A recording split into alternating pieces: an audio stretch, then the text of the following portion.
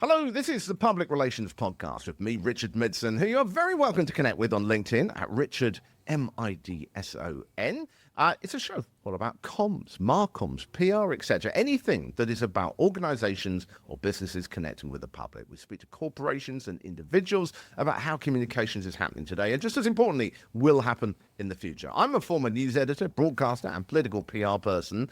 The person I'm speaking to today, though, Kourtney Jason, is an expert in books and authors and the changing world of book promotion, which, just like everything else, is going through a lot of changes. She's from Pacific and Brooklyn in the United States. Kourtney, first of all, a very good morning to you. How is book PR changing? How can we sum it up? Thanks so much for having me today, Richard. I'm so excited to chat. How is book publicity changing? So drastically. There's, so many different, sort of versions of books between ebooks and audiobooks. Audiobooks are becoming a very, popular way for other people to access your material. And campaigns are changing. There's always the celebrity campaigns that are going to get a lot of attention. So it's really been interesting to navigate that with, someone that's not a household name. So give me an example then of something that you're kind of working on at the moment, just to kind of bring, particularly people that don't know the book world, bring us into that space. Yeah, so we have, a longtime client that we've worked with now for 4 to 5 years. This is her 4th book that we're working on. And we've really been able to transition her from, life coach, mindset coach to a friendship expert and connection coach. So, loneliness is an epidemic here in the United States. So we've really been able to position her as a leader in that space to share, very actionable strategies of just ways to make connections when you're walking into a coffee shop, smile at someone. We've had her in Time Magazine. We've had her on the NBC's Today Show. We just had a book excerpt for her on peoplemagazine.com.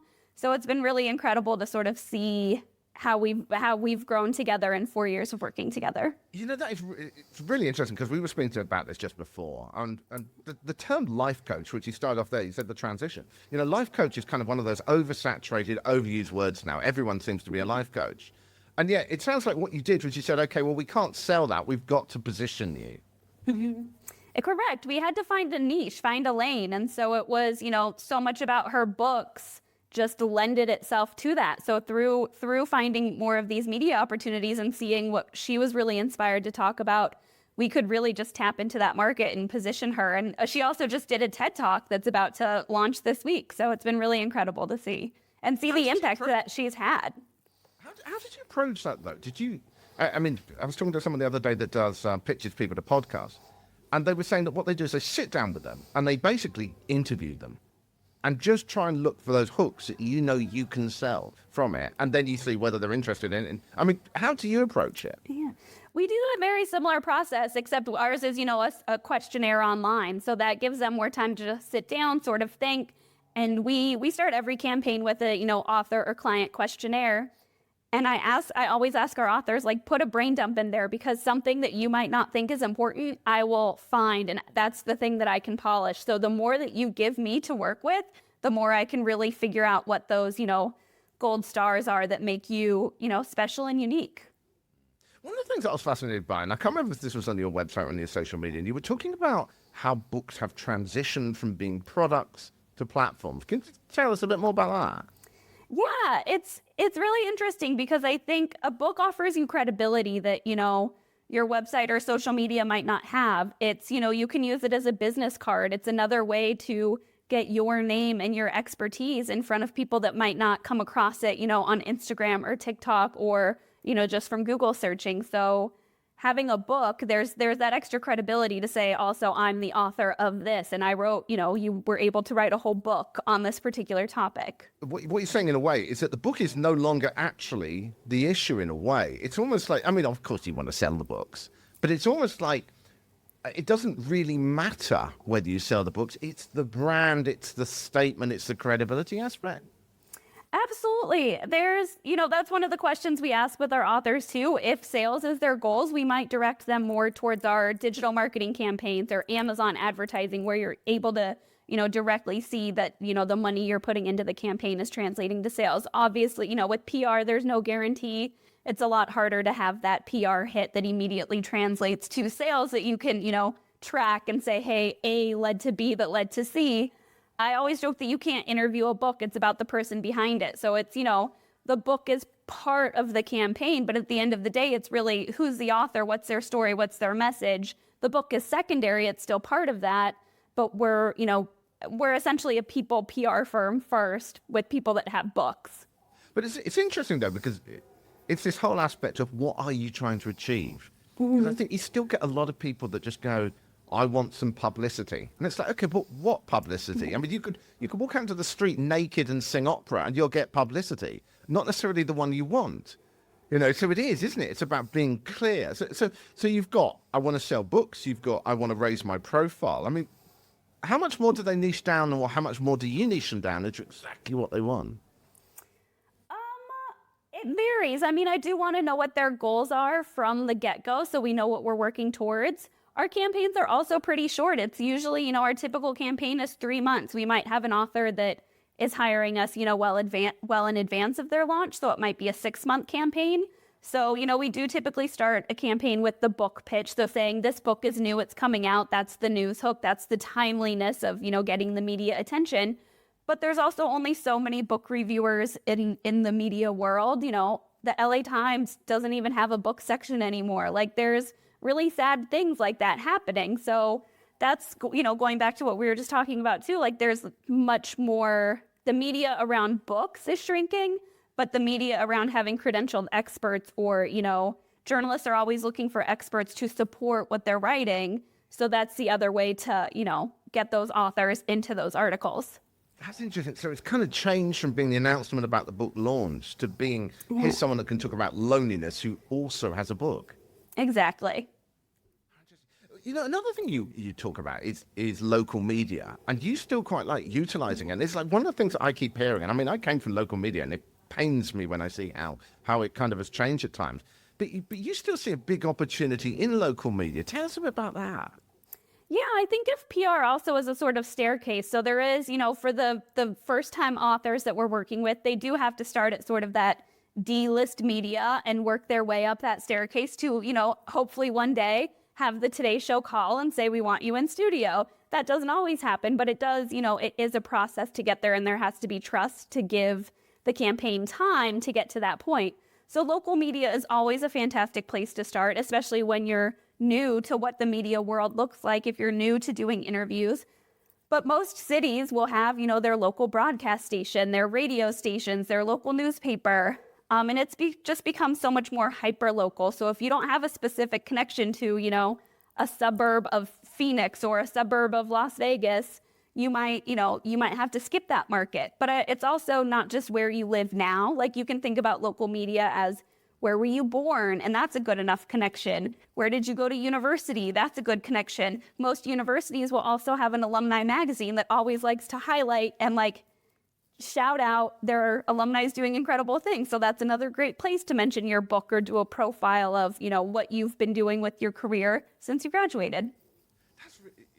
We were talking about this as well, is that I had forgotten about this from when I worked in local journalism, and how we used to get press releases that would be a national press release, and you'd almost be screaming at the press release saying, just give me a local place name.